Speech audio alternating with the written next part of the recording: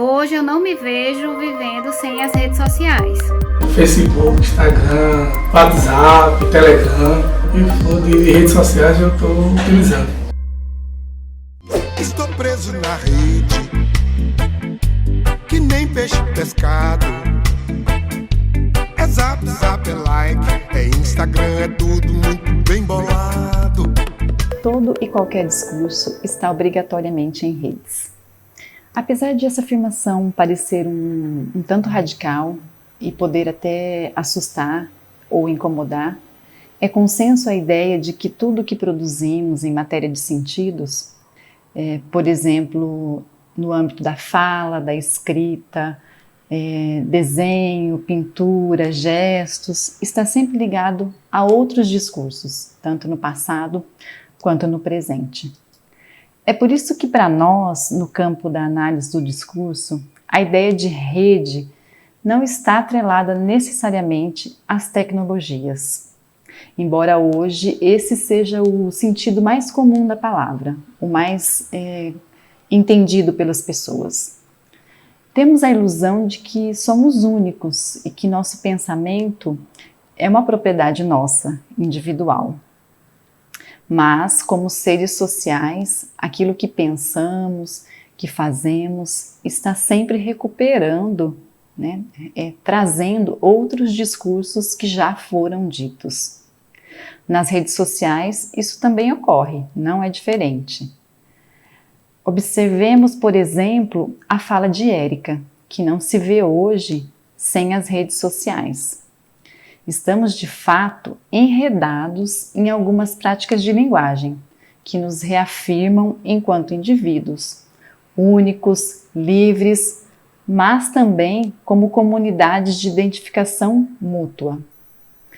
Os algoritmos, portanto, aproveitam muito bem essa necessidade de criar laços do ser humano, de modo que estamos sempre em redes discursivas com ou sem eletrônicos. Ela se torna importante porque é o espaço que nós temos de expor aquilo que achamos que é bom, que é ruim, que é certo, que é errado, e nós podemos falar, sem ter aquela...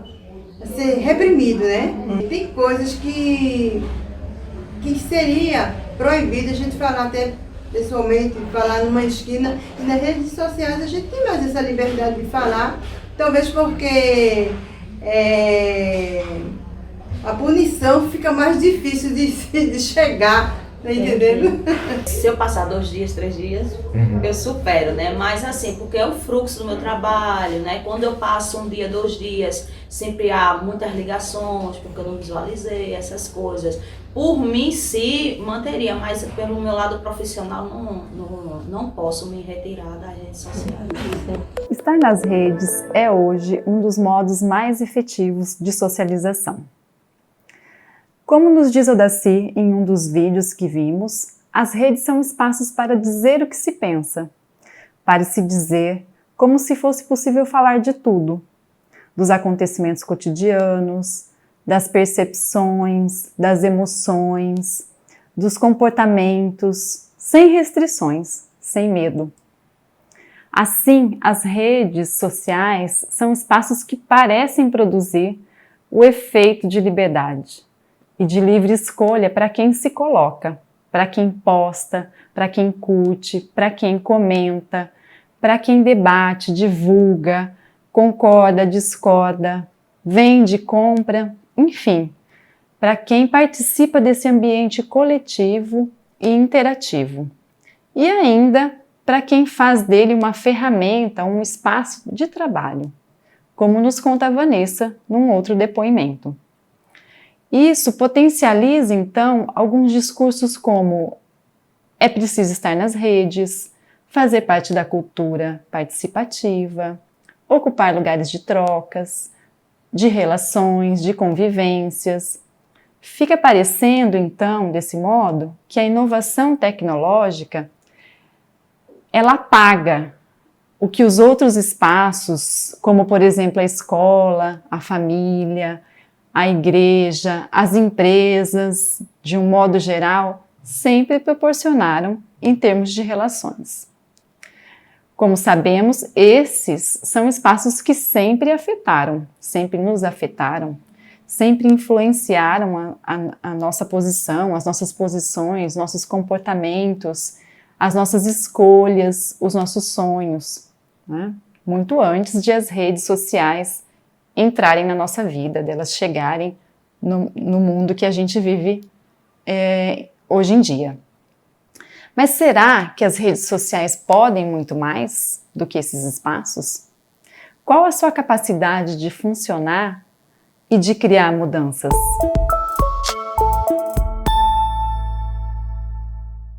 Para falar com amigos, ver sobre artistas, Carlinhos Maia, gosto muito, gosto demais dele. Dele eu acompanho acho que tudo. Eu acompanhei o casamento dele, eu acompanho quase 24 horas dele, assim. O tempo que eu tenho, eu sempre entro no Instagram dele, como o do companheiro dele.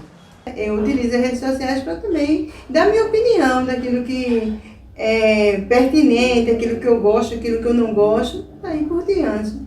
Assim, até sem perceber, está mais dentro que fora. A gente não pode se ver muito, aí a gente se comunica pelo WhatsApp. Para trabalho, né? Hoje em dia o meu trabalho é mais home office, então eu uso as redes sociais para alavancar o trabalho, alavancar a agenda, fazer novas amizades, estudar, conhecer, buscar informações. É mais para trabalho e comunicação de mim com meus filhos que moram no interior, entendeu?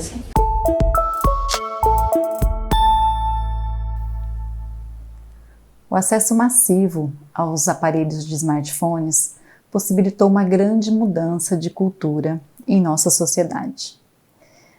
Em vez de sermos apenas espectadores, agora participamos como estrelas do nosso próprio show da vida.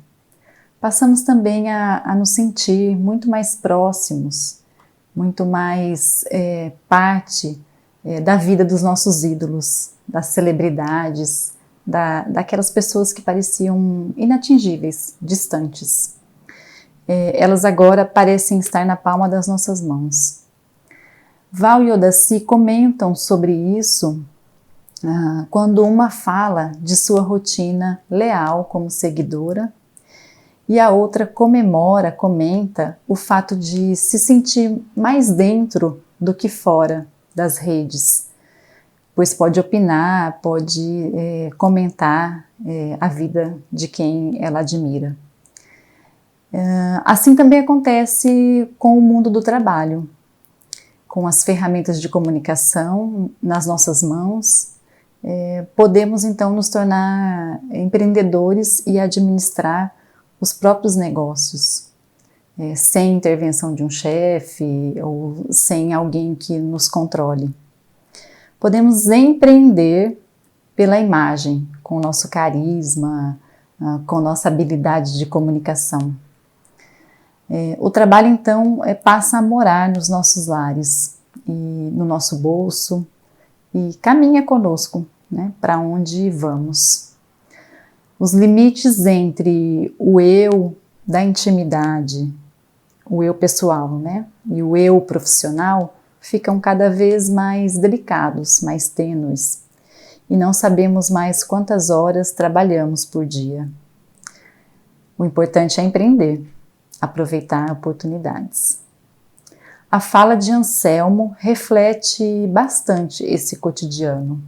A função do discurso nesse processo todo é desfazer a fronteira entre o trabalho, o lazer e a nossa vida íntima. Como nomear, então, situações que não conseguimos identificar?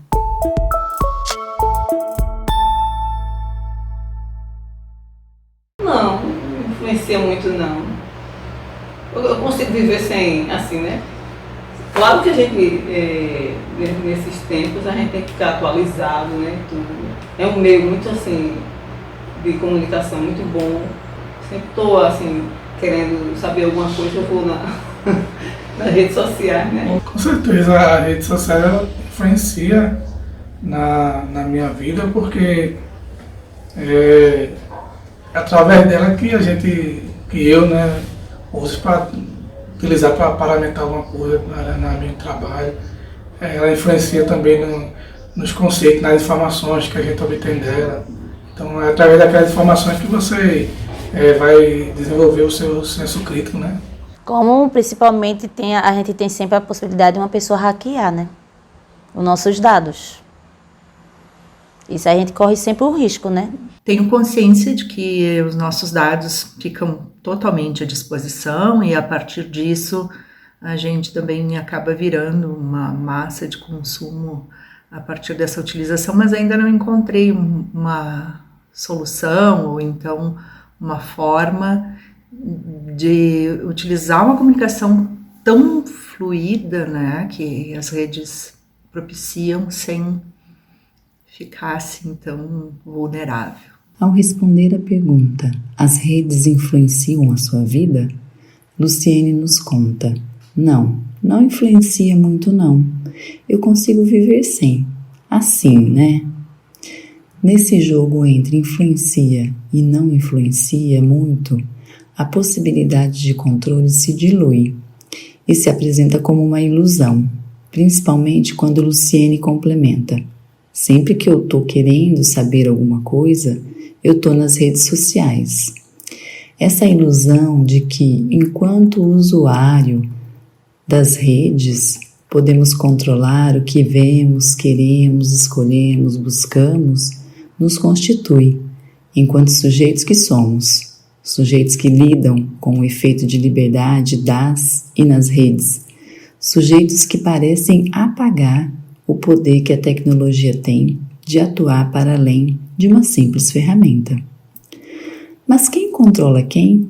O usuário, a tecnologia ou a tecnologia o usuário? Tal como Luciene, que sempre faz uso das redes para se atualizar, se comunicar, se informar, saber das coisas cotidianas, Anselmo reconhece a influência das redes sociais em sua vida, principalmente no campo do trabalho, para obtenção de informações, aprimoramento, desenvolvimento de senso crítico.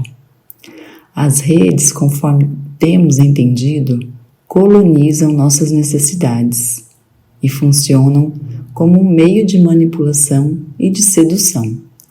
A gente corre sempre o risco de ter nossos dados hackeados como a Testaval, mas isso não nos impede de estar online.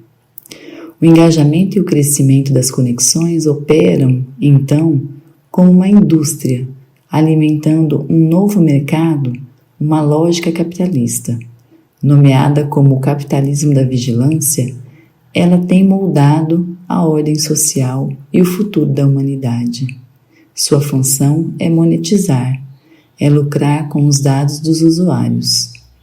Zica, por exemplo, se diz consciente de que temos nos transformado em uma massa de consumo, que as empresas se utilizam de nossos dados para lucrar. E, mais, esse modelo de negócio busca nos manter presos, conectados e, nesse enredamento, nos transformamos em produtos da indústria da tecnologia. No documentário O Dilema das Redes, a conexão é apontada como uma necessidade social e, por isso, as redes têm um potencial que seduz, vicia, aprisiona. Como já dissemos, os algoritmos se aproveitam muito dessa necessidade humana de criar laços. O medo de ficar fora do mundo produzido pela tecnologia pode desenvolver alguma patologia mental, como ansiedade e depressão. É possível encontrar uma forma de usar as redes sem ficar assim tão vulnerável como aponta Zica? Como não utilizar as redes sociais e lidar com a sedução que elas promovem hoje? Fica o questionamento.